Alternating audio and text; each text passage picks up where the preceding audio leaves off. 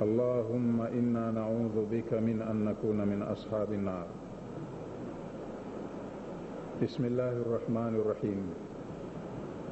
يا أيها الذين آمنوا لا تقربوا الصلاة وأنتم سكارى حتى تعلموا ما تقولون ولا جنبا إلا عابر سبيل حتى تغتسلوا وإن كنتم مرضى أو على سفر أو جاء أحد منكم من الغائط أو لامستم النساء فلم تجدوا ماء فتيمموا صعيدا طيبا فامسحوا بوجوهكم وأيديكم إن الله كان عفوا غفورا.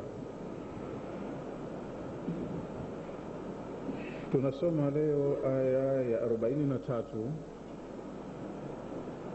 katika sura yetu hii ya 4. Aya inasema, ya ayyuhalladhina amanu, enyi ambao mmeamini, la taqrabu salata wa antum sukara, musikaribie sala mukiwa na nishai, mukiwa na pombe kichwani, hata taalamu ma taqulun, mpaka muwe na uwezo wa kufafanua maneno, mujue mnachokisema. Kwa hiyo watu walikatazwa kusali wakiwa wananishai, wameshakunywa pombe. Wala junuban, wala msiingie kwenye sala mkiwa na janaba, ila abiri sabilin hata taghtasilu, isipokuwa abiri sabilin, tutamfafanua baadaye, asisali mtu akiwa na janaba hata taghtasilu, mpaka muoge. Kwa hiyo oga kwanza, jitayarishe, alafu ndo uingie kwenye sala. Wa in kuntum marda au ala safarin, mkiwa wagonjwa au mmo safarini, uko nyumbani lakini mgonjwa. Pakizungumzwa ugonjwa na kusali, maana una maradhi ambayo hata ukitia udhu yatazidi yale maji umeambiwa usitumie. Au ala safarin, au mmo safarini, akiba yako ya maji imeisha na wewe una hadathi unataka kusali. Au jaa ahadun minkum min algha'it, au mmoja wenu kaenda haja lakini umefika wakati wa sala anataka kusali. Au lamastumun nisaa, au mmegusana na wanawake, yani mmefanya lile jambo la mapenzi. Hali hizi zikakukuteni na kikawa kipindi cha sala kimefika, falam tajidu maa, lakini maji ya kujitaharishia mkawa mmekosa. Sasa mfanyeje? Sala tayari wakati wake, maji hamna ya kujinadhifisha, na wakati wa sala ukifika lazima sala itekelezwe. Kwa hiyo Allah akasema, ikitokezea hivyo, fatayammamu, mtatayammam sa'idan tayyiba, kwa kutumia mchanga safi mzuri. Famsahu biwujuhikum wa aidikum, kutayammam, tumieni huo mchanga mufute nyuso zenu na mikono yenu. Inna Allaha kana afuwan ghafura, hakika Allah amekuwa ni mwepesi, anayachukulia mambo mengi kayafanyia wepesi. Ghafura, na ni mwingi wa kusamehe. Tuko katika aya hiyo ya 43 leo, na aya hii ndio inafungia kifungu cha aya katika hii paragraph tuliyoondokea nayo kutoka aya ya 32. Aya ya 32 imesema, wala tatamannu ma faddala Allahu bihi ba'dakum ala ba'd, lirrijali nasibun mimma iktasabu walinnisa'i nasibun mimma iktasabna fas'alu Allaha min fadlihi inna Allaha kana bikulli shay'in alima, mpaka tukafikia hapo 43. Bismillahirrahmanirrahim. Ya ayyuhalladhina amanu, enyi ambao mmeamini.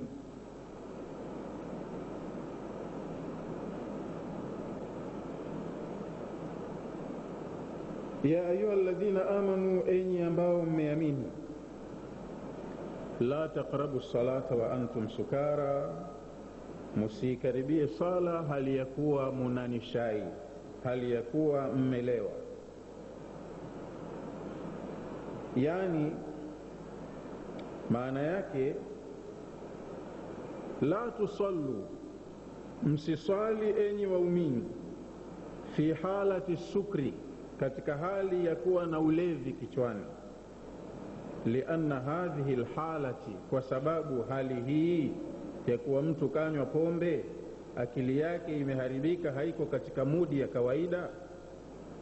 La yutata ma'aha alkhushu' walkhudu', hawi mtu kwenye hali hii ya kuwa kalewa pombe akasimama kusema na Mola wake akabaki na unyenyekevu.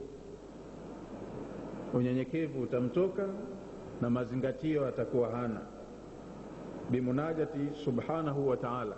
Hawezi kuwa na unyenyekevu na usikivu katika hali ya kunong'ona kusema na Mola wake subhanahu wa ta'ala. Kwa hiyo Mwenyezi Mungu akakataza watu kulewa wakiwa na pombe. Waqad kana hadha qabla tahrimi al-khamri, na agizo hili lilikuja kabla ya kukatazwa pombe moja kwa moja. Tulisoma katika sura ya pili, suratul Baqara, aya nambari 219, kwamba Allah subhanahu wa ta'ala kuna mambo alikuwa anayakataza papo kwa papo, halitakiwi, na yale ambayo akili za watu wote zinakubali kuwa ni mabaya. Hawakulelewa watu wakakatazwa kidogo kidogo. Lakini kuna mambo Allah aliyakataza taratibu, gradually, kama hili la pombe. Kwa hiyo walilelewa watu katika suala la pombe, likakatazwa taratibu na likachukuliwa hatua za kidiplomasia katika kulidhibiti. Aya ya kwanza iliyokuja kuzungumzia masala ya ubaya wa pombe katika kipindi cha Mtume sallallahu alaihi wasallam ilikuwa ni hii aya nambari 219 sura ya pili. Ilisema, wayasalunaka anil khamri wal maisiri, ewe mtume wetu, watu watakuuliza au wanakuuliza kuhusiana na pombe na kamari. Wenye akili miongoni mwao wakasema, hivi vitu mbona vinayumbisha, mbona tunaona havifai? Wakamuuliza mtume. Sasa mtume akaletewa jawabu ya kujibu, qul, waambie, fihima, katika vitu viwili hivi, pombe na kamari, ithmun kabirun, muna madhara makubwa, wa manafi'u linnasi, na pia mna manufaa yanayofuatiwa na watu. Watu wenyewe huwa wanaona mna vijimanufaa humu wanavyovifuata. Wa ithmuhuma, lakini madhara ya vitu hivi viwili, akbaru min naf'ihima, madhara yake ni makubwa zaidi kuliko hayo manufaa wanayoyafuata watu. Kwa hiyo watu wenye akili zao wakaelewa kwamba si vyema kwa mtu muungwana mwenye akili yake timamu anayejiheshimu kushughulika na kitu ambacho madhara yake ni makubwa kuliko faida.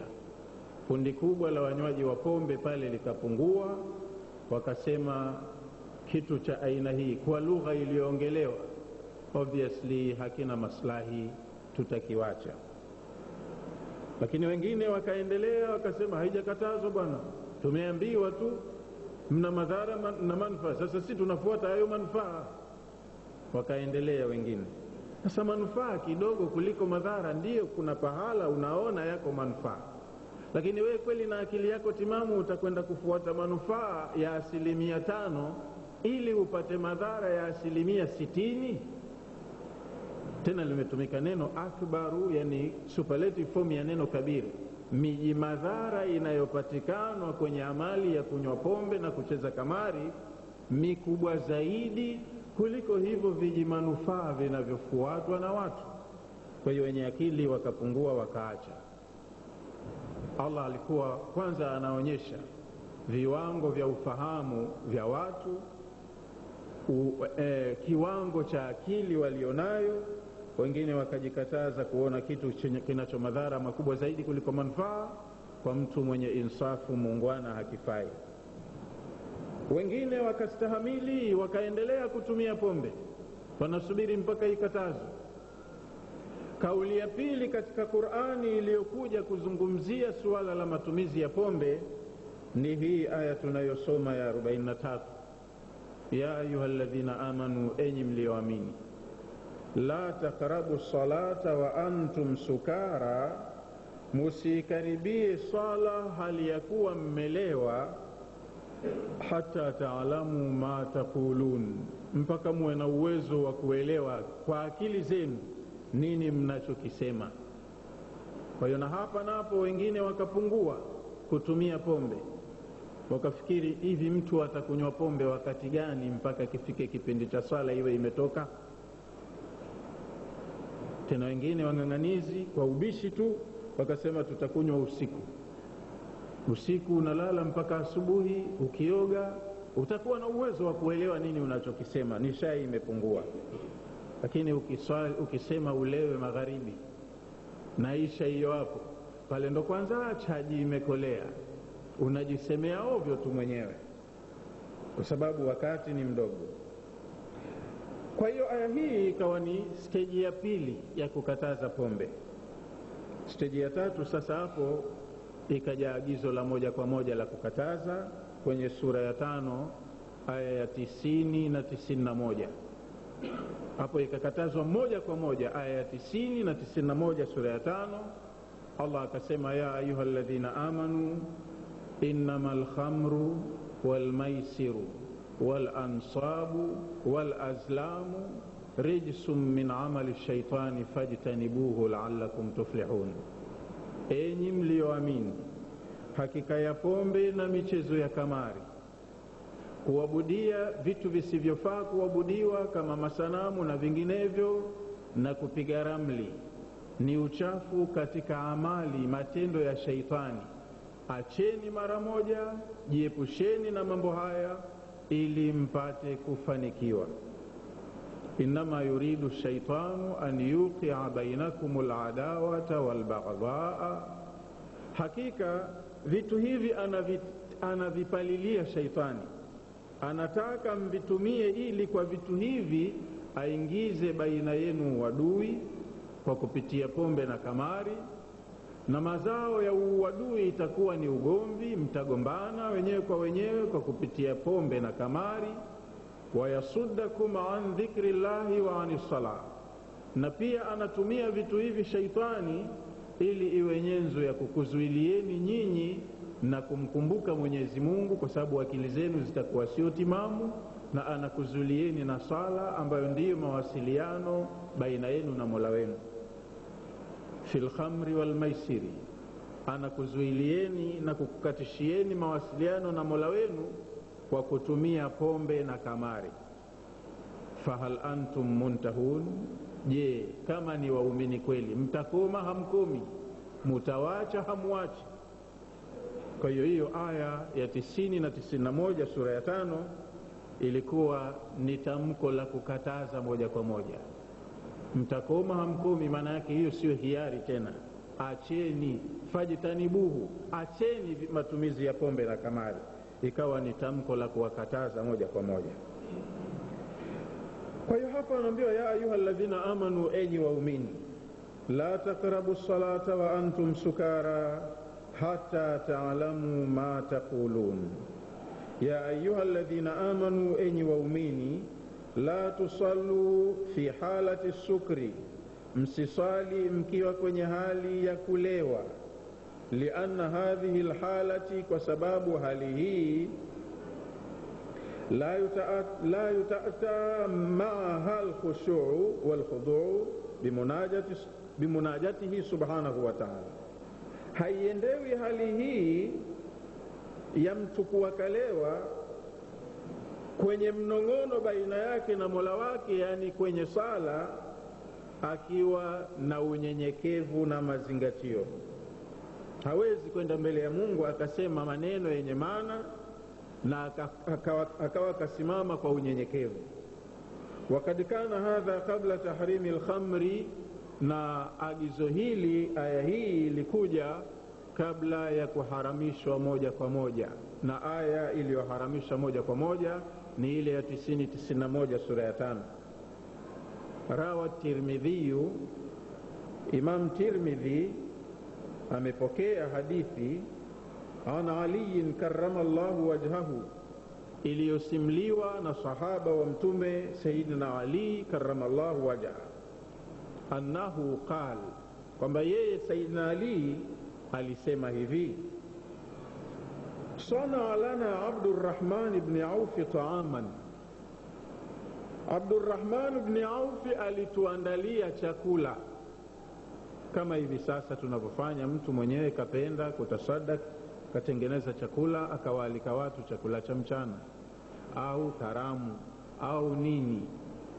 Kwa hiyo Abdurrahman ibn Auf ni katika Waislamu waliokuwa na rekodi nzuri ya uchumi, wafanya biashara waliofanikiwa sana, matajiri sana.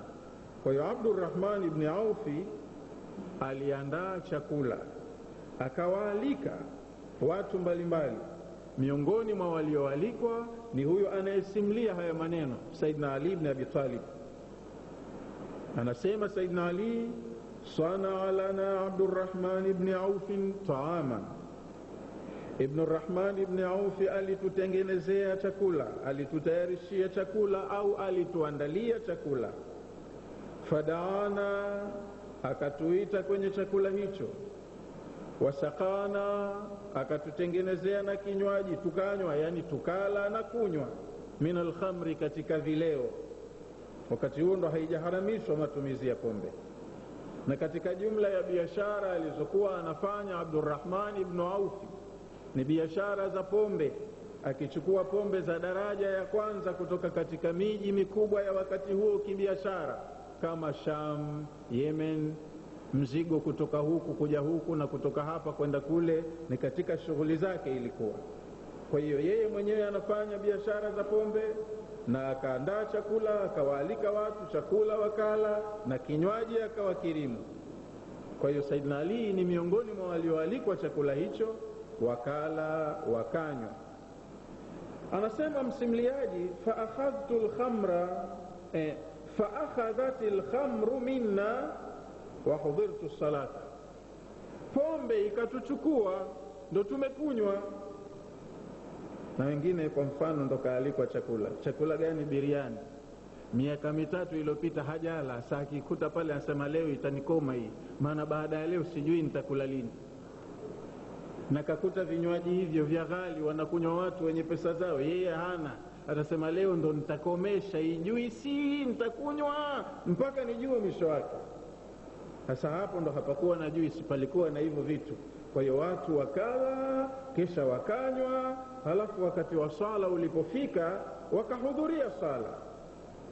Anasimulia Saidina Ali kwamba wahadhartu salata, mimi wakati nimeshakula na nimeshakunywa nikahudhuria sala. Fakadamuni, wakanitanguliza mimi mbele watu kwenda kusalisha. Wakati wa sala umefika na yeye kishakula kishakunywa kule msikitini, wakamtanguliza yeye mbele awe imamu.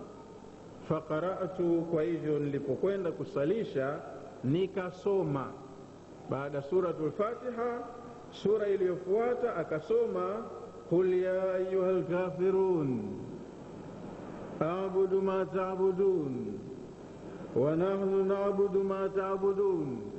Unaona qul ya ayyuhal kafirun, hiyo yeye alivyoisoma kaisoma hivi, qul ya ayyuhal kafirun, ndo ananishai a'budu ma ta'budun wa nahnu na'budu ma ta'budun. Sasa hivyo sivyo inavyosomwa.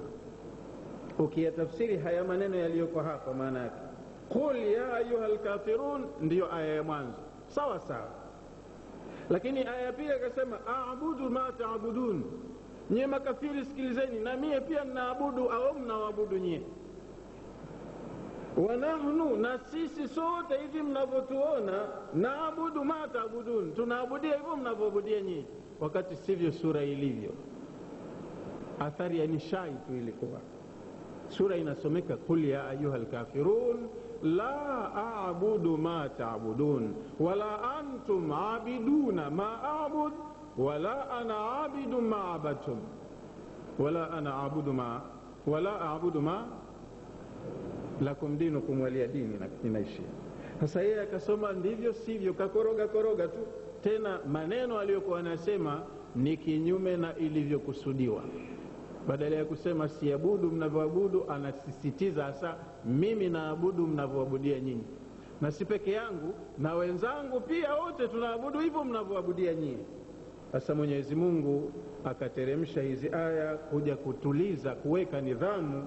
Akawaambia, enyi waumini, msikaribie sala. Na neno la taqrabu linafikia umbali kabisa wa upeo wa juu katika kukataza jambo, kama alivyoambiwa Saidina Adam, wala taqraba hadhihi shajara, mti huu msiukaribie. Au tulivyoambiwa kwa ujumla, wala taqrabu zina, wala msikaribie zina. Yani mambo nyemelezi yale ya awali yatakayokusogeza huko, yote yameingia katika umarufuku, hayatakiwi. Kwa hiyo ikaja amri, wala taqrabu salata ya ayyuhalladhina amanu la taqrabu salata, yani chungeni sala zenu hizo. Msikafika wakati wa sala, unaenda kwenye sala, akili yako haiko hadhiri, ushaiharibu kwa pombe. La taqrabu salata wa antum sukara, musikaribie sala ikiwa munanishai, hata taalamu ma taqulun, mpaka muwe mna uwezo wa kufahamu nini mnachokisema. Sasa sala, inna salata kanat ala almu'minina kitaba mawquta, sala kwa waumini ni faradhi iliyowekewa nyakati zake. Huwezi ukaiakhirisha sala ukasema nitakuja kuilipa kadha baadaye, uacha kwanza ninywe. Ikifika wakati wa dhuhuri unatakiwa uiswali ndani ya wakati wake, sala ya dhuhuri. Na alasiri ikifika alasiri unatakiwa uiswali ndani ya wakati wake wala asiri. Magharibi inatakiwa uiswali ndani ya wakati wake wa magharibi. Aisha nayo uiswali ndani ya wakati wake wa Aisha. Asubuhi nayo uiswali katika wakati wake wa asubuhi. Halafu uzingatie, isikawa unakwenda kwenye sala na kichwani una nishai, una pombe, huelewi unachokisema. Kwa hiyo hapa kwa wenye akili napo wakapunguza matumizi ya pombe walio wengi, wakasema huna nafasi ya kusali, huna nafasi ya kunywa pombe, halafu kifike kipindi cha sala we bado iwe pombe imeshatoka kichwani. Wala junuban, wala msikaribie sala mkiwa na janaba. Yani ni katika mambo ya makosa haramu mtu kusali akiwa na uchafu wa janaba. Illa abiri sabilin hata taghtasilu, yani maana yake wala taqrabuha aidan, wala msikaribie sala vile vile wa antum junubun, hali ya kuwa mko katika hali ya janaba, muna hadathi kubwa ambayo mpaka muoge ndo iondoke. Yani wala taqrabuha wa antum junubun ay ghayru tahirina biinzalin au ilajin. Junubun tafsiri yake ghayru tahirin, hamko wasafi, mumechafuka, biinzalin, kwa kutokwa na manii, au ilajin, au kwa kuingiza dhakari kwenye kubuli, yani kufanya maingiliano. Hizo ndo sababu za janaba. Illa idha kuntum musafirin, isipokuwa mtakapokuwa ni wasafiri.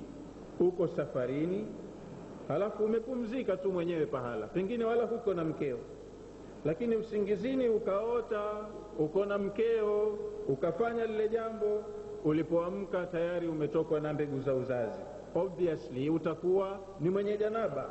Lakini kama uko safarini, hapo ukiamka hujui maji utayapata wapi ya kuoga, itakuwa ni tatizo. Lakini kusali lazima usali. Nini ufanye? Ndo Mwenyezi Mungu akaleta maagizo haya. illa abiri sabilin, isipokuwa mtu msafiri kaharibikiwa na tohara yake akiwa yumo safarini, walam tajidu lmaa, na ikawa kwenye safari hiyo hamkuyapata maji. Safari yenyewe kama uko hapa Unguja, falillahi alhamdu, maji tele yamejaa. Kwa hiyo unaamka, mambo yamechafuka, tafuta maji, jisafishe, usali. Lakini kwa mazingira ya kulikoshuka Qur'ani, watu safari zao za majangwani, pengine alikuwa na hakiba ya maji yake kidogo kwenye kiriba ya kunywa, yamemmalizikia, ya kuoga atayapata wapi? Sasa ikitokezea dharura hii, mtu anahitaji kujinadhifisha, maji ya kujisafishia hana, na sala lazima asali, vipi afanye? Ili lazimika aletewe mwanadamu mumin muongozo. Ikikutokezea kesi hii, fanya hivi, itakuwa dharura imeondoka. Tulizungumza katika darasa zilizopita, hasa tuliposoma ile aya ya 219 sura ya 2, masala ya janaba na mtu akiwa kwenye mazingira ya kukosa maji, kwamba kuna siku alitoka mtu mmoja Madina, kenda safari zake mwenyewe binafsi za kimaisha, za kibiashara, akakutwa na mtihani huu. Njiani kapatwa na janaba, usiku, asubuhi kulipokucha lazima asali, maji ya kujisafishia hana. Halafu akakumbuka tuliambiwa tukikosa maji tutayamam. Pengine hii aya itakuwa unaijua kama hivi, kama ilivyoandikwa, mkikosa maji ya kuoga basi tayamamuni. Linakuja suala, haya kutayamam ndo nini? Na inawezekana hata katika tulioko hapa hatuelewi nini kutayamam. Inakuja kichwani, tumeambiwa mkikosa maji katika hali ya kuwa wachafu basi mtayamam. Lakini sasa katika hali ya kuwa hili jambo halija kutokezea, wala huhangaiki kujifunza au kulifanyia mazoezi, likaja likakutokezea na hulijui, ndo unapohangaika sasa nifanyeje? Kwa hiyo alitokezea bwana mmoja, huyu alipatwa na mtihani huo, katoka Madina kaenda kwenye safari zake za kibiashara, usiku akapatwa na janaba, asubuhi alipoamka keshaharibikiwa, lakini lazima asali. Akakumbuka tuliambiwa tutayamam, lakini akajiuliza, haya kutayamam ndo kupi? Hajapatapo yeye kutayamam hata siku moja, wala ili swala somo hili hajalifanyia mazoezi. Ikabidi sasa atumie akili yake ya kuzaliwa, mtatayamamu vipi mpaka mtaharike? Akapiga akili zake, akafikiria mazingira, akasoma tabia za wanyama, akasema basi kama tuliambiwa tutayamam kwa mchanga, labda ni garegare kama vile punda, ni garegare kwenye umchanga nikiwa na nia ya kujitaharisha, halafu ni sali. Akafanya hivyo, kagaragara kweli kweli, halafu akasali. Alipokusha kusali, kwa sababu wenzetu walikuwa wana faida, mtume yupo, sio keshafanya manyago yake halafu ndo basi. Ilibidi kesi akairipoti kwa mtume, nimetokezewa na mtihani kadha kadha kadha, haya ulifanya nini? Nilifanya hivi na hivi. Tena kule ndo ataelekezwa usahihi. Kwa hiyo yule bwana alipokwenda kwa mtume akaelezea mkasa uliompata. Mtume alipomuuliza, haya sasa ulifanyaje wewe? Akamuelezea, mimi nilifanya kama nilifikiria, nilibuni kama vile anavyofanya mnyama, nikagaragara chini mpaka nikaenea mchanga kila pahala. Akasema sasa inatosha, nikasali. Mtume akacheka kweli kweli mpaka magego yakaonekana. Halafu akamwambia, kana yakfika darbatani, darbatun lilwajhi wa darbatun lilyadain. Ilikuwa huna haja ya kufanya yote hayo, ilikuwa inakutosha mapigo mawili tu kwa huo mchanga uliosafi. Pigo moja unafutia uso wako, na pigo la pili unafutia mikono yako miwili kwa nia ya kujitaharisha. Tayari ungekuwa tohara na ukafanya ibada zako. Kwa hiyo unakatazwa jambo, lakini unapewa alternative. Hili halitakiwi, lakini ufanye hili. Inafahamika vizuri eh? Kwa hiyo hamtakiwi kuikurubia sala mkiwa mmelewa, mnanishai, na hamtakiwi kuikurubia sala pia mkiwa wachafu, mna janaba, isipokuwa mtu ambaye yuko kwenye mazingira hawezi kujitaharisha kwa maji, kama huyu abiri sabili, na ambaye ni mtu ambaye yuko njiani sio kwao. Tena mazingira yenyewe ya hapo njiani kwake ni shida kuweza kupata maji ya kujitaharishia. Nini afanye? Ndo maagizo yakaja katika hii aya. wala junuban illa abiri sabilin hatta taghtasilu, yani wala takrabuha, wala msikaribie sala wa antum junubun, hali ya kuwa mnayo janaba, yani maana ya kuwa mko kwenye janaba, ghairu tahirina, hamko wasafi, biinzalin au ilajin, kwa sababu ya kutokwa na mbegu za uzazi au kufanya jimai kuingiliana, illa idha kuntum musafirin, isipokuwa mtakapokuwa mmo safarini, ni wasafiri, wala mtajidul maa, wala hamna uwezo wa kuyapata maji ya kuoga. Fasallu ala tilka alhala, salini kwenye hali yenu hiyo hiyo ya kuwa mmechafuka, lakini bitayammumi, kwa kutayammam. Sasa mtatayammam kwa kutumia mchanga uliosafi, na mtakuwa mmeondokwa na hukumu ya hadathi kubwa. Wa in kuntum marda, na ikiwa ni wagonjwa, yani wewe huko safarini, uko kwako nyumbani, mjini kwenu ulipozaliwa, maji yapo chungu nzima, lakini ikikutokezea hii hali ya kuwa na janaba, ila kwa maradhi yako hutakiwi utumie maji. Mfano, mtu ana jeraha kubwa kwenye kiungo cha udhu, daktari kamwambia usitie maji kwa muda wa wiki 3 hapa, wakati tunaendelea na matibabu. Ukitia maji unahatarisha maisha yako. Basi inawezekana mtu mgonjwa kama huyu na hali ya kutokuwa tohara kwa njia hii ya janaba ikamtokezea, na yeye anaambiwa asije akajitia maji akafa, lakini kapewa kitu badali, alternative.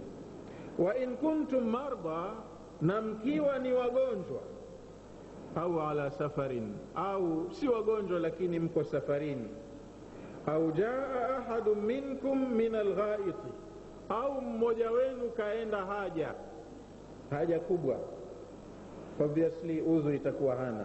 Sasa afanyeje?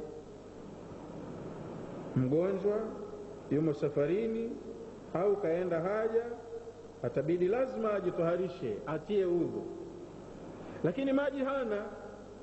Nini afanye? Na lazima asali wakati wa sala ukifika.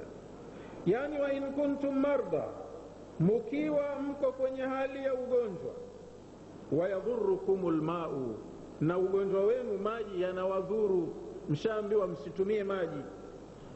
Au musafirina, au mko safarini, wa antum muhaddithun au muhaddathun, na ilhali mkiwa safarini mnapatwa na hadathi kubwa au ndogo. Au ahdathtum bibawlin au ghaitin, au mmepatwa na hadathi kwa kwenda haja kubwa au ndogo. Wanahuhuma, na mfano wa hivyo, mradi tu mmepata hadathi ya aina yote ile, asghara, iwe ni ndogo, au akbar, au kubwa. Wala mtajidu almaa, na hamkupata maji, mmo safarini au wagonjwa au mmekwenda haja na maji hamna, hamkupata maji ya kujitaharishia. Au kesi nyingine, au lamastumun nisaa, lamas, mmefanya jimai, sio kugusana. Wengine ndio utafsiri leo mkigusana ngozi kwa ngozi na mwanamke ajnabi anakutoa udhu, lakini hapa iliyokusudia lamas ni ile ya kufanya kitendo chenyewe, pametumika lugha ya istiara. Au lamastumun nisaa, qala Ibn Abbas, bwana Abdullah ibn Abbas anasema huwa aljimaa, hii ni tendo la kujamiana. Mmefanya habari hiyo, alafu maji mkakosa ya kuoga, falam tajidu maa. Yote haya yanaweza yakakutokezeeni na mkawa hamkupata maji ya kujisafishia. Nini mufanye? Yani falam tajidu almaa alladhi tatataharuna bihi, mmepatwa na lolote katika haya yaliyotajwa hapa, halafu hamkupata maji ya kujitaharishia. Nini mfanye? Cha kufanya, fatayammamu sa'idan tayyiba, kusudieni kujitaharisha kwa kutumia mchanga uliokuwa safi mzuri. Vipi mfanye kutayamam ndo nini? Famsahu biwujuhikum wa aidikum, futeni nyuso zenu na mikono yenu. Kutayamam kwa ajili ya hadathi kubwa ndo huko, na kutayamam kwa kuondoa hadathi ndogo ndo huko. Unachukua mchanga safi, tena ukienda katika fiki ndo unafahamishwa namna yenyewe. Shoti ugurishe, uhamishe mahala pake ulipokuwepo, halafu uweke katika mahala ambapo utakuwa unautumia bila ya kuchanganyika na ule unaoutumia. Chukua kidogo uweke pahala, usambaze kidogo uweze kuenea viganja vyako. Ukipiga mikono yako kwenye ule mchanga, halafu futa uso wako mara moja, kunguta uliobakia, piga tena mara ya pili, mikono yako viganja vyako vitakuwa vimeingia huu mchanga. Kwa hiyo kwa mkono wa kushoto unautumia kufutia mkono wako wa kulia kama hivi, hapa uliobakia utautumia kufutia mkono wako wa kushoto kama hivi. Umemaliza. Ndio hivyo tu basi, sio kama yule alogaragara dakika 5 10 mpaka aenea. Hivyo tu basi ushatayamam tayari. Ndio maana yule aliambiwa kana yakfika darbatani, ilikuwa inakutosha mapigo mawili tu kama hivi. Moja hilo lilwajhi, unafutia uso wako, lakini unatia nia ya kujitoharisha, halafu unapiga na pigo la pili kwa ajili ya mikono yako miwili. Unaanza wa kulia, unamalizia wa kushoto. Tayari ushatayamam na unaweza ukafanya ibada zako. Fatayammamu sa'idan tayyiba, kusudieni kujitaharisha kwa kutumia mchanga uliokuwa safi. Famsahu biwujuhikum wa aidikum, futeni kwa mchanga huo nyuso zenu na mikono yenu. Yani iqsidu inda adami wujudi alma'i, kusudieni kwenye hali ya kukosekanwa maji. Aturaba, kusudieni kujitaharisha kwa mchanga atahir uliokuwa safi. Fatataharu bihi, kwa hiyo mjitaharishe kwa ule mchanga badala ya maji. Wamsahu wujuhakum wa aidiakum, futeni nyuso zenu na mikono yenu bidhalika turabi, kwa huo mchanga. Inna Allaha, hakika ya Allah, kana afuwan ghafura, amekuwa ni mwenye kusamehe mambo mengi madogo madogo kwa kuzingatia hali zenu, udhaifu wenu. Ghafura, na anasamehe makosa katika makosa mnayoyafanya pia kwa kuzingatia udhaifu wenu wa kibinadamu. Mengi Allah anasamehe. Wa ya'fu an kathir, anasamehe mengi. Kwa hiyo ulilazimika uoge, lazima uoge, lakini kile cha kuogea umekosa. Sasa nini ufanye? Ukapewa kitu badala yake tena rahisi kabisa. Tena na hicho pia ukishindwa inakuwa ni jeuri au dharau, hutaki tu kwa maksudi. Inna Allaha kana afuwan ghafura, yani yurakhisu wa yusahil. Allah anaruhusu baadhi ya mambo kwenye mazingira fulani na kayafanya yawe mepesi, yasiwe magumu au mazito ya kuwakomoa watu. Mambo madogo tu mepesi kawajalia. Ala ibadihi, kafanya wepesi huu na ruksa hizi kwa waja wake. Lialla yaqa'u fil haraji, ili wasiingie kwenye shida, wasipatwe na matatizo katika kutekeleza sharia na hukumu za Mola wao. Allah kawajalia waja wake wepesi katika mambo na katoa ruksa kwenye mambo mengi na haja tofauti tofauti. Kwa hiyo kwa aya hii ya 43, tukianzia kule nyuma tulikotokea, Allah subhanahu wa ta'ala ametuwekea mafunzo mengi, na kwa sababu ya wengine Kiarabu si lugha yetu na mna maneno mengine magumu na mengine huwa yanahitaji taaluma za watu wenye elimu, Sheikh akatuwekea fawaida, dondoo za faida kwetu. Alfaidatul ula, faida ya mwanzo tunayopata tutakayojifunza katika aya tulizosoma kuanzia aya ya 32 ni kwamba lam yadhkuri Allahu ta'ala fil ayati illa al-islah. Kwenye aya tuliyopitia kule nyuma, ya suluhu katika nyumba. Wa in khiftum shiqaqa bainihima fab'athu hakaman min ahlihi wa hakaman min ahliha in yurida islaha yuwaffiqi Allahu bainahuma. Pale Allah kazungumza jambo moja tu la islahi, hakutoa alternative. Je, kama islahi haikupatikana, kama hawakupatana itakuwaje? Upande wa pili hakuzungumza kabisa, kazungumza upande mmoja tu wa mapatano, halafu aya ikaishia hivyo hivyo. Sasa shekhe anasema pale tunapata faida gani? Lam yadhkuri Allahu ta'ala fil aya, Allah hakutaja katika ile aya illa al-islaha, kalizungumza suala la islahi tu, kutengeneza, kupatanisha, kusuluhisha, hilo tu ndo lilozungumzwa.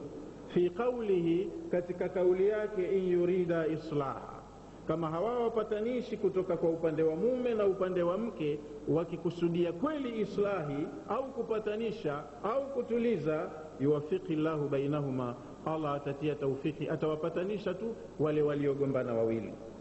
Walam yadhkur ma yuqabiluhu, wala hakulitaja jingine linalofuatana na islahi. Linalofuatana na islahi inawezekana wasikubaliane, wasipatane, wa huwa tafriqu, na jambo la pili pale linalozaliwa ni mfarakano.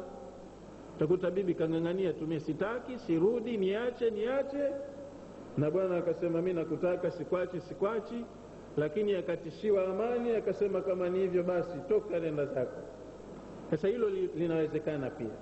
Wa fi dhalika, na katika kusema hivi Mwenyezi Mungu kuzungumzia jambo la upande mmoja tu wa islahi, akanyamaza kimya, upande wa pili hakuutaja, isharatun, hapa tunapata ishara inaashiria ya kwamba isharatun latifatun, kuna ishara muhimu sana inayoashiria nini sisi tuzingatie, kipi pale kinatakiwa. Kuna ishara ila annahu yanbaghi ala alhakimin, inatakiwa kwa wale wa mahakimu wapatanishi, an yabdhala juhudahuma lilislahi, watumie juhudi yao ndani ya uwezo wao, wazingatie suala la kutengeneza, ndilo linalotakiwa zaidi. Lianna fi tafriqi, kwa sababu huu upande wa kuruhusu mfarakano, kuachia watu waachane, kharabul buyuti, ni jambo la kubomoa nyumba, na kubomoa nyumba au kuvunja nyumba hakutakiwi, hakupendezi. Watashtiti mama mzazi hawatakiwi kushangilia suala la talaka, wajitahidi kadiri inavyowezekana wawatengeneze watoto wao, wawasuluhishe. Mtoto wako wa kike akiolewa, basi na huyo aliyekuja kuoa anakuwa ni mtoto wako vile vile, kwa hiyo utakuwa una watoto wawili. Au mtoto wako wa kiume kaoa, huyo mke aliyeletwa hapo naye awe ni mtoto wako, na watoto wafundishwe kuelewa hilo, kwamba wewe ukiolewa, hawa wazee wa mume na wewe wazee wako, au wewe ukioa, wazee wa mke na wewe wazee wako. Kwa heshima ile ile unayoheshimu wazee wako, unapaswa uheshimu wazee wa mwenzako vile vile, basi mambo yatakuwa mazuri. Kwa hiyo Allah alikuwa anatufunza suala la kutengeneza mambo, yeye analiwafiki zaidi, analisisitiza zaidi, na si suala la kuharibu au kuvunja nyumba. Mwache, hakufai, jitahidini kumrekebisha, kumsomesha, kumuelimisha. Na ndio maana zikawekwa zile stage 3 za kurekebisha nyumba, kama ambavyo katika hizi dondoo tutakavyozipitia. Athania, yani alfaidatu thania, faida ya pili kwenye passage tuliyosoma. Khatama ta'ala al-aya, amemalizia Allah aya bihadhaini al-ismain al-azimain, kwa majina yake mawili makubwa. Tunaambiwa Allah ana majina mengi mazuri, ana majina 99, lakini aya hii inayohusu mgogoro wa nyumba kati ya mume na mke ameimalizia kwa mawili katika majina yake makubwa. Akasema inna Allaha kana aliyan kabira. Inna Allaha, hii ndio ismu dhati inajulikana, lakini ameimalizia kwa majina aliyan kabira, na kila jina huwa lina maana yake, linatumika mahala pake. Wadhalika, amemalizia hivi Mwenyezi Mungu litahdidi al-azwaji, kuwakemea waume hawa ambao ndo wamepewa usimamizi. Arrijalu qawwamuna ala nisa. Kwa hiyo wamekemewa hapo au wameonywa wanaume inda taassufi fi istimali alhaqi, katika ile kutumia ile haki waliopewa. Allah amewapiga na onyo kali waume. Fakaanna alaya taqulu, kwa hiyo hii aya kama kwamba inasema la taghtarru bikaunikum a'la yadan minhunna. Nyewe waume pamoja na kwa mmeambiwa ndo muwe wachunga wasimamizi qawamun, lakini msidanganyike kwa kuwa mmewekwa juu, mmepewa umbele, mmepewa umuhimu. Msidanganyike kwa sababu nyinyi ndo mko juu ya wanawake, ule ujuu tena ukatumika kwa kuzidi viwango. Msidanganywe na hilo kwamba nimekupeni power tena mkaitumia vibaya. Sasa mwingine ndo kaoa mke anataka na yende na wenzake darasani, mume anambia marufuku, hamna darasa hapa, basi niletee mwalimu anisomeshe, maana ndo wajibu wangu mimi, lazima nisome. Yeye kangangania tu, ndo mwenye power, hamruhusu kwenda kusoma, hamletei mwalimu kumsomesha, wala hamsomeshi mwenyewe, alimradi ndo anatumia power tu, yeye mume ati umejioa nimekuoa. Sasa na wewe unaonywa huko unakowajibika kwamba la taghtaru, msidanganyike nyinyi waume, bikaunikum a'la yadan minhunna, kwa kuwa mna mkono wa juu kuliko wanawake, kwa kuambiwa muwasimamie. Wa akbara darajatan minhunna, na pia msidanganyike kwa sababu muna daraja ya juu kuliko wake. Fa inna Allaha, mkiangalia ujuu, basi hakika ya Allah aliyun, yeye yuko juu zaidi kuliko nyinyi. Kwa hiyo kila mwenye jukumu na yeye anapowajibika. Kwa hiyo usijasabu mimi raisi kasema hakuna sharia ya kumshtaki rais, wewe kuna mahakama utakuja kushtakiwa, wala wakili hupati. Kwa hiyo wewe ukijiona uko juu, elewa yuko mwingine juu yako wewe, huyo ndo umtahadhari. Inna Allaha aliyun, Mwenyezi Mungu yuko juu zaidi, qahirun, tena ana nguvu kuliko wewe, yantakimu, atakuja kukulipizia kisasi, mimman dhalamahunna, kwa yoyote atakayewadhulumu hawa waliowekwa chini. Kawaweka chini, lakini haki zao zimehifadhiwa, zinaangaliwa. Ukikiuka haki ukawadhulumu, basi wewe kuna pahala utawajibika. Wabagha alayhinna, na Allah kuna siku atakuja kulipiza kisasi kwa yoyote aliyewafanyia jeuri akawadhulumu hawa waliofanywa dhaifu. Kwa hiyo kaweka sharia, alafu akaweka na suala la uwajibikaji. Atakapokosea muwajibikaji wajibu wake, basi kuna pahala yeye atawajibishwa. Fallahu a'la minkum, eleweni kwamba Allah yeye yuko juu zaidi kuliko nyinyi. Kwa hiyo pale mtakapojiona mko juu, msidanganyike. Kama mheshimiwa wangu wamemsakama siku hizi kwenye baraza la wawakilishi, jiuzulu jiuzulu, kwa sababu yeye labda tuseme alikuwa kalewa madaraka, mazoea ya zamani, kaamua jambo, kumbe jambo aliloamua halikuridhiwa na wenzake. Sasa ndio hivyo, mtu anakuwa yuko katika nafasi, sema na haki ya kufanya lolote na hakuna litakavyokuwa, kumbe iko itakayokuja kuwa baadaye, wewe huelewi. Kwa hiyo umepewa ujuu, dhamana, lakini chunga na uitumie vizuri dhamana. Fallahu a'la minkum, eleweni Allah alivyojiita aliyan, mumtambue yeye yuko juu yenu nyinyi nyote, na alivyosema kadira, ana uwezo, basi muelewe vile vile huwa aqdaru alaykum minkum alayhinna, Allah ana uwezo zaidi juu yenu kuliko uwezo mlionao nyinyi juu ya hawa ambao mmeambiwa muwatunze na kuangalia. Fahdharu iqabahu, nyinyi mnapaswa kutahadhari adhabu ya Mungu, atakuja kuadhibuni kwa kosa la kutokuwajibika vizuri kwenye majukumu mliopewa.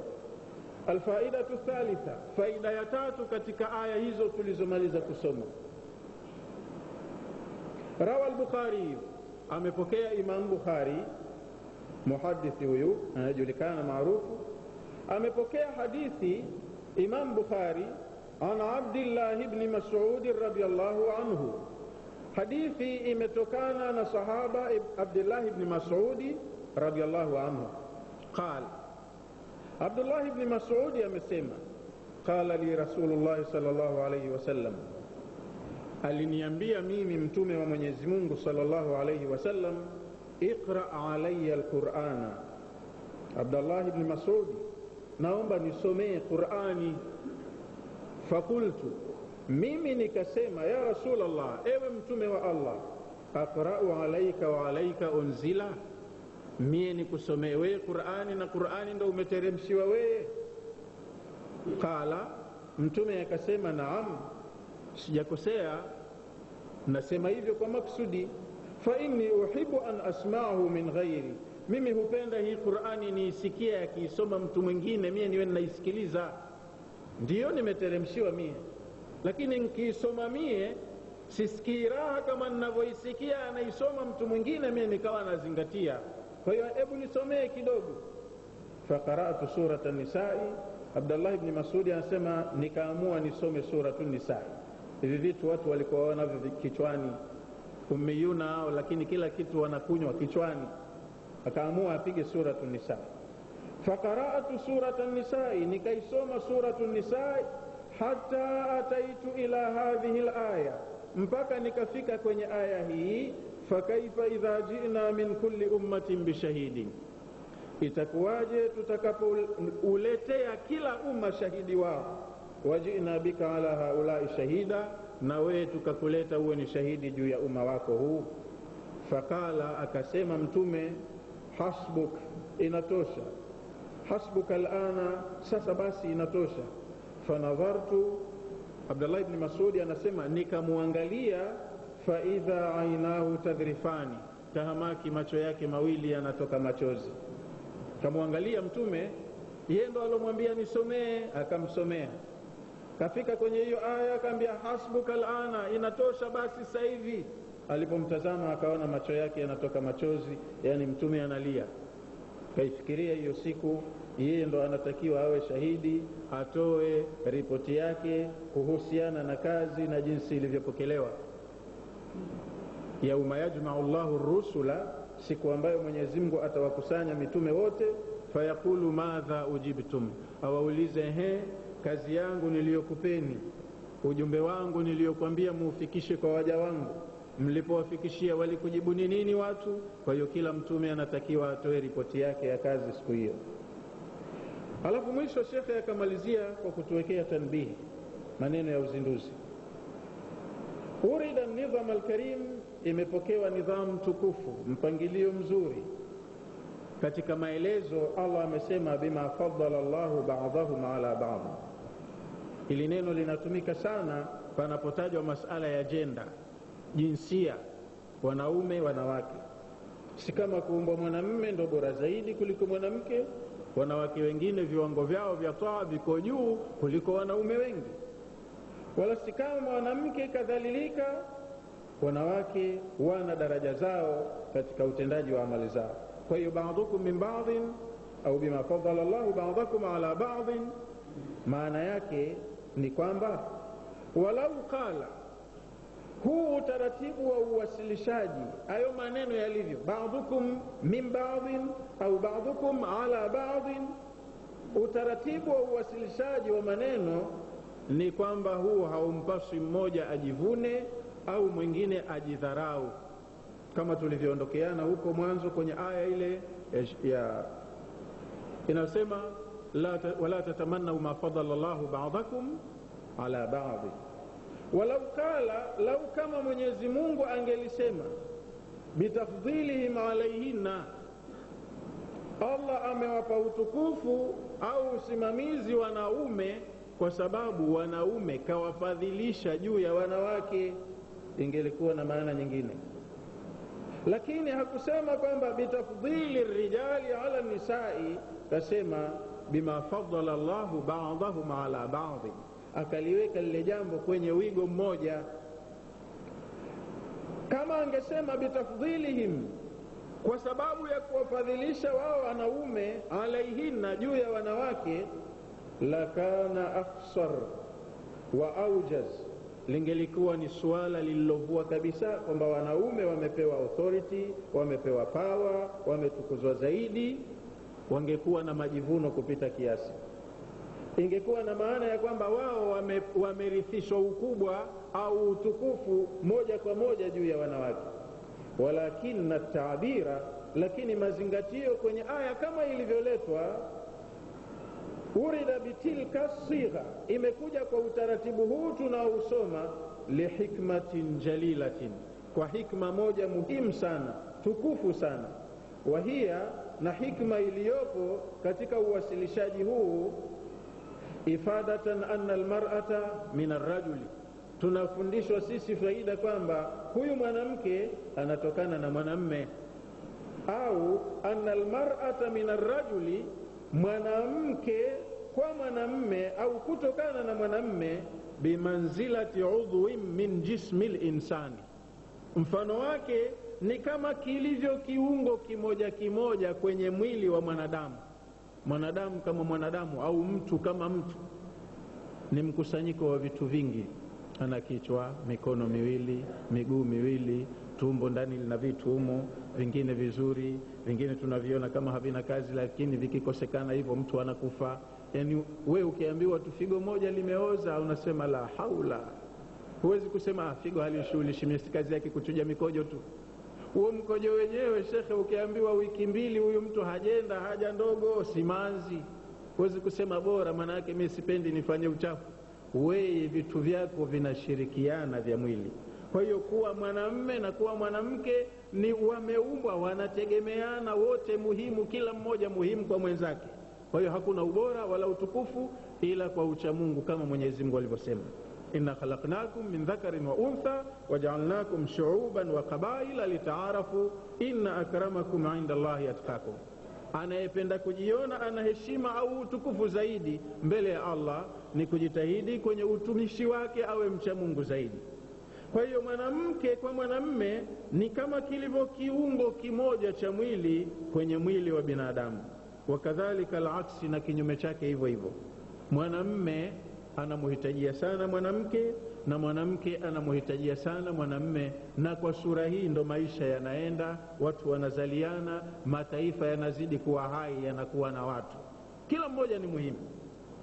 Farrajulu bimanzilati ra'si, kwa hiyo mwanamme kwenye mwili ana nafasi ya kichwa. Walmar'atu, na mwanamke bimanzilati albadani, yeye ni kama mwili mwingine uliobakia.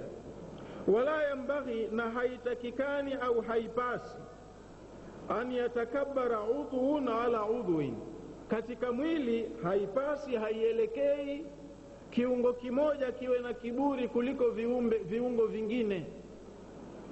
Yani tuseme mfano tu mkono ugome, useme mimi sisumbuki bana kuchota tonge kila siku nikampelekea tumbo, wala na fadhila, kakaa tu huko, mimi nihangaike nichukue nifinyange niweke niende tena nichukue niweke, sifanyi hiyo kazi. Mkono ugome, alafu basi na tumbo lasema haya mimi ndo sijapokea kitu, viungo vingine vyote vinadorora, njaa inatawala, mtu anakufa mzima. Kumbe kila kiungo kina kazi yake. Mkono ukichukua ukapeleka, kinywa kinachakua, maana kikipeleka mapande ya nyama vile vile bila ya kuchakuliwa, na mifupa itakuwa hatari. Kwa hiyo kuna system nzuri, system theory ya mwili kufanya kazi kwa mashirikiano viungo vyake, na dunia na vitu vilivyomo pia viko katika mazingira ya kutegemeana. Wanyama hawa ni muhimu kwa hawa, wadudu hawa muhimu kwa hawa, majani haya muhimu kwa hivi na hivi na hivi, vinategemeana. Kwa hiyo mwanamume na mwanamke wana majukumu sawa ya kiuwajibikaji, kama tulivyopitia katika darasa zilizopita kwenye suratul Ahzab aya 35. Sura ya 33 aya 35, Allah ametoa majukumu ya kazi za kiibada, halafu akatuambia wanaume na wanawake wana uzito sawa katika kuyatekeleza majukumu haya. Innal muslimina wal muslimati wal mu'minina wal mu'minati, mpaka kuishia sifa ya mwisho, wadhakirina Allah kathiran wadhakirati. Kumbe tuna wajibu sawa katika utekelezaji. Kwa hiyo hakuna ambaye anapaswa awe na kiburi, awe na jeuri dhidi ya mwenzake. Wanapaswa washindane tu katika kutekeleza majukumu yao kwa ikhlasi. Aliyemcha Mungu zaidi ndo mwenye heshima zaidi kwa Mola wake. Inawezekana mke akapata daraja kubwa kwa uchamungu wake, na mume kwa sababu hana nidhamu akakosa daraja yote kwa sababu ya uasi wake. Faludhunu, kwa hivyo kwa mfano sikio, la tughni anil ainain, haliwezi likajitosheleza zikasema sihitaji mimi msaada wa macho, haya nihusu mie matumizi ya macho. Kwa hiyo macho yanafanya kazi yake na masikio yana kazi yake, lakini kuna controlling center, vyote vinawajibika kwa lengo moja. Huu mwili wa mtu, haiba yake, maslahi yake yanategemea ushirikiano wa viungo vyote vinautumikia mwili. Waliyadi, na mkono, la tughni anil qadami, mkono hauwezi ukajivuna ukajitosheleza ukasema hauhitaji msaada wa nyayo au miguu. Vyote ni muhimu, vina usawa, vinauhudumia mwili mmoja. Wala aruna ala shakhsi an yakuna qalbuhu afdalu min ma'adatihi wa ra'sihi ashrafu min yadihi, na pia si aibu vile vile kwa mwanadamu, au si jambo baya vile vile linalochukiza kwa mwanadamu kuwa moyo wake uambiwe ndo afdhali, mbora zaidi, mimma adatihi, kuliko tumbo lake, tumbo na vilivyomo ndani. Wa ra'suhu, na kichwa chake, ashrafu min yadihi, kiwe kichwa kitukufu kuliko mkono wake. Kupanga ubora kama hivi au umuhimu kama hivi sio jambo la kosa kusema kichwa ni muhimu zaidi kuliko mkono, kwa sababu mtu anaweza akakatwa mkono akaendelea kuishi, lakini hakuna anayekatwa kichwa akabaki angalau kwa dakika 3. Kwa hiyo vipaumbele, umuhimu kwa vitu kama hivi, kwa lugha kama hiyo inawezekana ikatumika, lakini si kwa sababu ya kwamba kichwa kitambe, kwamba chenyewe kichwa ndo kitukufu sana kuliko vitu vingine, ndo muhimu sana kuliko vitu vingine. Vitu vyote ni muhimu, vyote vinategemeana. Kwa hiyo mwanamke, mwanamme, wote ni muhimu, ila wana maeneo yao ya uwajibikaji, na kila mmoja anapaswa aheshimu lile la mwingine. Ndio maana Allah akasema hivyo, bima fadala Allahu ba'dahum ala ba'd au ba'dukum min ba'd, kwa lugha ambayo haimfanyi mmoja kuwa na kibri na jeuri na akawa na kani ya kudhulumu mwingine. Falkullu yuaddi dawrahu, kila kimoja kina play sehemu yake, kinacheza nafasi yake, bintidhamin, kwa nidhamu au mpangilio maalum. Wala ghina liwahidin, kwa hiyo hakuna kujitosheleza kwa mmoja yoyote kati ya mwanamme au mwanamke, anil akhari, akasema hamuhitaji mwingine. Mume bila ya mke huwa hajatimia, kama ambavyo kinyume chake mke bila ya kuwa na mume hajatimia. Wote wanahitajiana, ni muhimu, na kwa sura hii ndo ulimwengu unapambika, unaendelea, ikiwa kila mmoja anawajibika kwa nafasi yake. Muongozo, nini linatakiwa, nini linapendeza, nini halitakiwi, wamepewa wote, ndo kwenye kama hichi kitabu cha muongozo. Kila mmoja akae kwenye nafasi yake na ajue umuhimu na heshima ya mwenzake. Wa hadha huwa sirru ta'biri biqaulihi ba'dhuhum ala ba'd, na hii ndo siri ya kuzingatia maneno yake Mwenyezi Mungu alivyosema, ba'dhuhum ala ba'd, baadhi yao juu ya wengine. Fadhahara, kwa hivyo imedhihiri, anna al-ayata fi nihayati al-ijazi, aya hii iko katika kiwango cha juu kabisa cha uwezo wa uwasilishaji, maelezo yenye lugha fasaha kabisa, wal-ijazi, na pia maelezo yaliyoko hapa yanashinda maelezo yanayotolewa na watu wengine au na mila nyingine zisizoelewa haki ya Mwenyezi Mungu. Mwenyezi Mungu aliyeumba anapoona hii ni haki ya fulani, wengine wakasema hii sio haki, Mwenyezi Mungu huwa akasema kweli na kashinda kuliko wanavyosema wengine. Kwa hiyo kuna kalimatu haula taadibi nisai, tamko amelitoa shekhe la kuwaadibisha, kuwafundisha adabu wanawake. Maana wanawake wanapigiwa gitaa huko na nchi za magharibi, wao wakacheza wakatipuka kwenye Uislamu. La'alla akhbatha ma ya'khudhuhu a'da al-islam, huenda kibaya zaidi katika walichokichukua maadui wa Uislamu litani fi shariati alislamia, katika kuitukana sheria ya Uislamu, zaamuhum, ni yale madai yao wanayodai makafiri, anna alislama, wanadai kwamba Uislamu ahana almar'ata, umemdhalilisha mwanamke. Kwa hiyo mwanamke kwenye Uislamu kadhalilishwa. Hina samaha lirajuli, Uislamu umemdhalilisha mwanamke pale ulipomruhusu mwanamme au ulipomwachia mwanamme an yadhribaha, ampige mwanamke. Wayaqulu, na wanasema makafiri, kaifa yasmahu alquranu bidharbi almar'a, Qur'ani vipi ruhusu iachie suala la kupigwa mwanamke? Yani katika zile hatua za kumfundisha adabu. Sasa wao wasiwe wakachukua wakasikia ngoma inapigwa wakaingia uwanjani wakademka tu wakacheza. Wawe waangalifu wanawake, waangalie mazingira ya hapo paliporuhusiwa kupigwa na namna gani yapigwe na vipi yapigwe. Wanasema makafiri Uislamu au Qur'ani yao inadhalilisha mwanamke, kwamba mume anaruhusiwa ampige mwanamke, pale ambapo aya imesema tulikopita huku, wahjuruhunna fil madaji' wadhribuhunna wa in khiftum shiqaqa bainihima, pakatajwa zile hatua za kinidhamu za kumchukulia mke muasi nyumbani, kwamba ahamwe katika kitanda au apigwe pigo dogo lisiloumiza. Kwa hiyo wanasemea hapo makafiri kwamba wamepata pahala pa kuitia dosari dini. Afalaisa hadha ihanatun lilmar'ati wa'tidaan ala karamatiha, makafiri wanahoji, Qur'ani kuruhusu mwanamme ampige mwanamke, huku sikumdhalilisha mwanamke? Na huu si ndo uadui wa kuporomosha heshima yake mwanamke?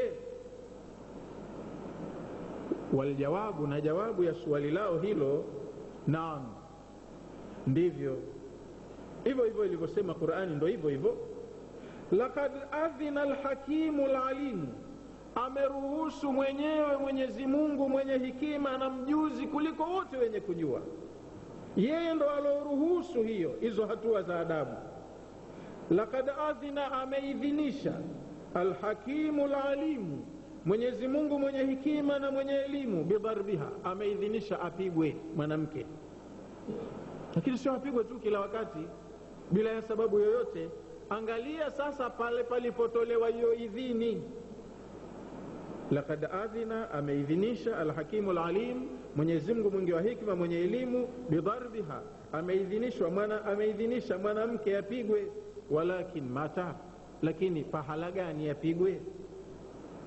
Mata yakunu dharba, vipi, mahala gani, kwa kesi ipi ndo inaidhinishwa hiyo hukumu ya kupigwa?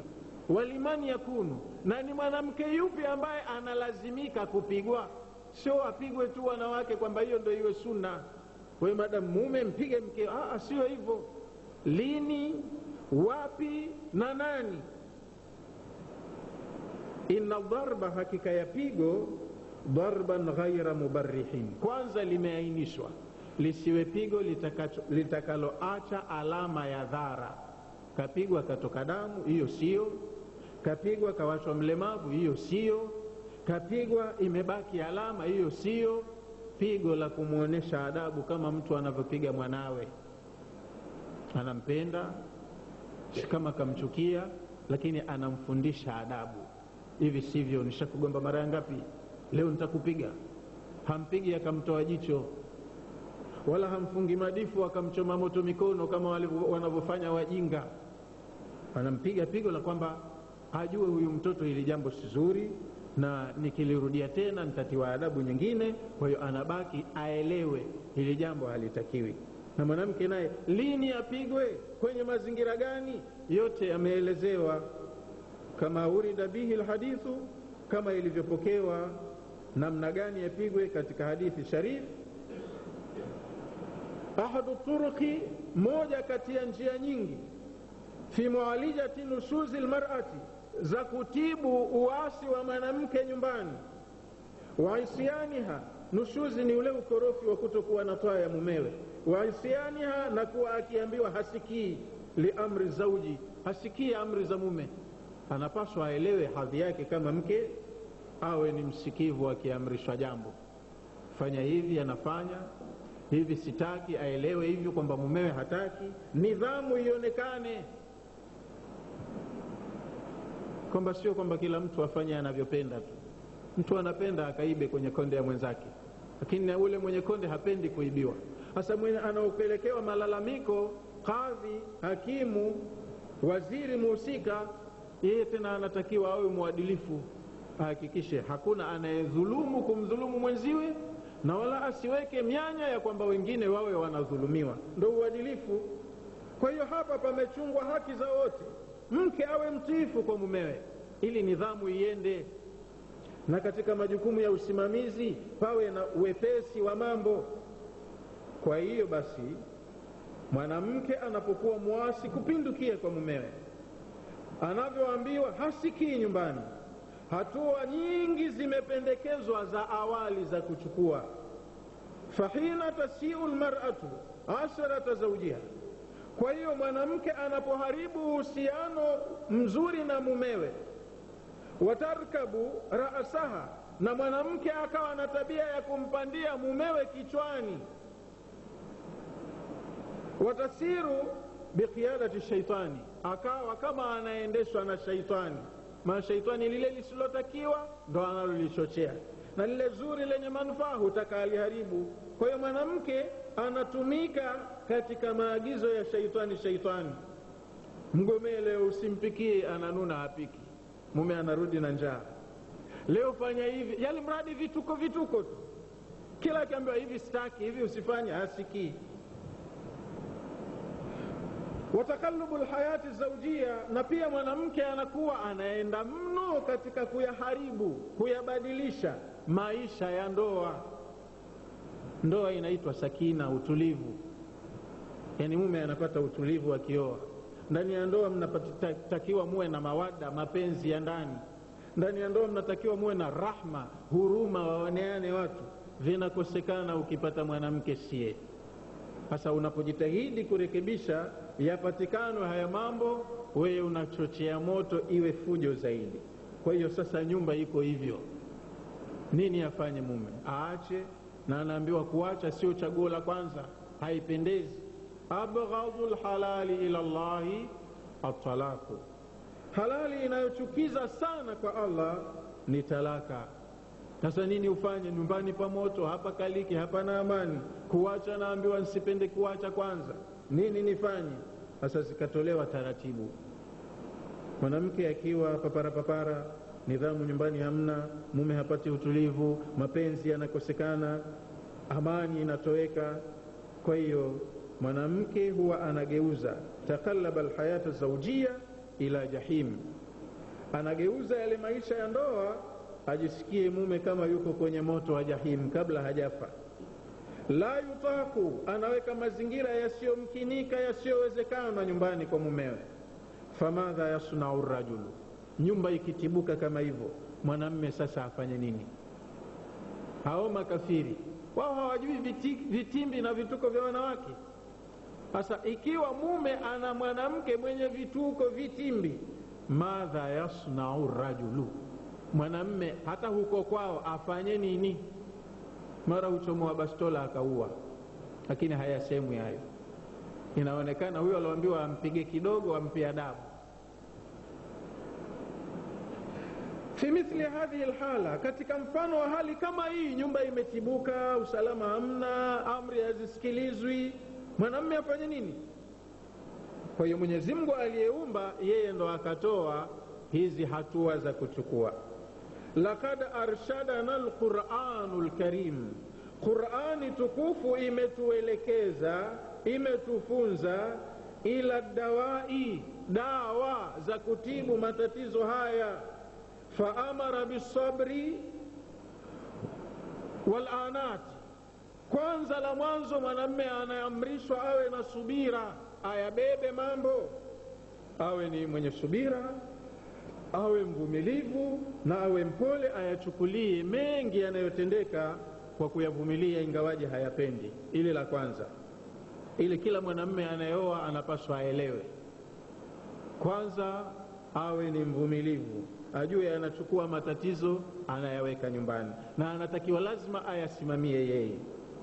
Thumma bilwadhi, hatua ya pili, awe ni mwenye kuelekeza, kutoa mawaidha.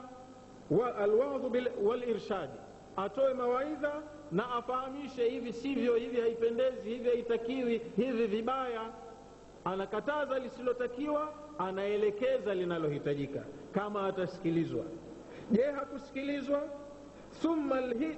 Thumma alhujri fil madaji, hatua ya tatu anayopaswa kuchukua ili kumuonyesha huyu mwenzake kwamba hajaridhika naye, basi amuhame kwenye malazi, amsusie ile huduma nyeti, ili kumuonyesha tu kwamba sijaridhika na ulivyofanya.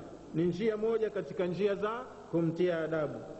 fa idha lam tanjih kulla hadhihi alwasail, ikiwa njia zote hizi hazikuleta faida, je, kavumilia kuonyesha labda akiniona sisemi navumilia atakuja chini, kumbe ndo anazidi, kaongezwa chaji. Ukimpa mawaidha na ukimuelekeza, ndo kama umemchochea. Sasa umechukua hatua ya tatu ya kumgomea huduma, ile huduma muhimu haijasaidia. Hatua nyingine ipi tena iliyobaki? Bado kwa hapo hatua ya kuacha haijaridhiwa, chukua hatua nyingine. Kwa hiyo hatua nyingine baada ya hizo kushindwa, ndo ikaja hiyo ya kupiga dharba ghaira mubarrih, pigo lakini lisilo na madhara. Fala budda min suluki tariqin akhar, ikiwa njia hizi tatu zote hazikusaidia, hapana budi huyu mtu kupewa njia nyingine. Hapana budi atupewe njia nyingine, hatua nyingine ya kuchukua. Huwa dharb, iliyobaki hapo ni kupiga kidogo, lakini adharbu ghaira mubarrihin, pigo lisilo juruhi, lisilokuwa na madhara ya kubakisha athari yake. Likasri alghutrasa walkibriyai, pigo la kuvunja mifupa, kuvunja viungo, au kuonyesha mtu kapewa pawa ana kiburi, apige pigo la kutia adabu tu, labda amani inaweza ikapatikana, kwa sababu kila mmoja na kuluka yake. Ukikosa faida kwenye njia hii, labda njia hii unaweza ukapata faida. Wa hadha, na hili suala la kuruhusiwa mtu aliyepita hatua zote hizi na akawa hakupata faida mpaka akatumia na hii ya mwisho ya kupiga, hadha aqallu dararan, kwa kesi hii ya kuwa huyu mwanamke hakurekebishika kwa hatua tatu za awali, anaonyesha kiwango chake cha ukorofi kikubwa. Na hatua hii ya kumpiga inakuwa aqallu dararan, ina madhara kidogo zaidi, min iqa'i talaqi alaiha, kuliko kumpatalaka. Kumpatalaka ni kumdhuru zaidi kuliko kumpiga alafu akawa kapata adabu akabakia. Katika kuacha na kumpiga kidogo kuna madhara kidogo, hakuna dhara hasa kwake kuliko kumpatalaka. Wa idha qisa dharara, kama yatakisiwa madhara, al-akhaffa, madhara yaliyo madogo kidogo, bidharari al-akbar, na madhara yaliyo makubwa sana, kana husnan wa jamila, au kana hasanan wa jamila, inakuwa inayopatikana. Fadharba, kwa hiyo kipigo, tariqun min turuqi al-ilaji, ni njia moja katika njia za kutibu au za kutengeneza.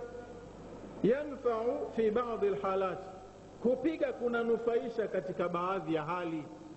Kule kupiga kuna manufaa katika baadhi ya hali, allati, hali ambazo yusta'sa fiha al-islahu, yale maslahi huwa yanaasiwa, yanaharibiwa, yanapotoshwa. Kwa hiyo kipigo kinatumika ili kuyarejesha yale maslahi, usalama wa nyumba, amani, mapenzi, utulivu, yarejee. Kwa hiyo kipigo huwa kinatengeneza baadaye na kinaleta yale maslahi yanayotakiwa. Bilutfi wal ihsani wal jamili, kwamba mambo yaende kwa upole, utarudi upole nyumbani, ihsani itapatikana na uzuri wa maisha ya ndoa. Kwa hiyo lengo la mwenye kutoa adabu ni kumfundisha yule adabu, anayefundishwa adabu aache kuharibu na arudi katika kutengeneza. Famali haulai alqaum, hawa wanoropoka ovyo tu wakasema maneno wasioyajua. Wana nini lakini hawa watu? La yakaduna yafqahuna haditha, haya maneno yakisemwa huwa wao wala hawayafahamu. Wana nini mpaka maneno yanayosemwa kwa uwazi kama hivi wakawa hawayafahamu? Kwa hiyo aya kwa ujumla ndiyo faida iliyopatikana katika aya tulizoondokea nazo kwenye 32 mpaka aya 43. Kwa leo inshallah tutafikia hapo, tutakuja kuondokea na aya ya 44 katika darasa ijayo biidhnillah taala. Naam.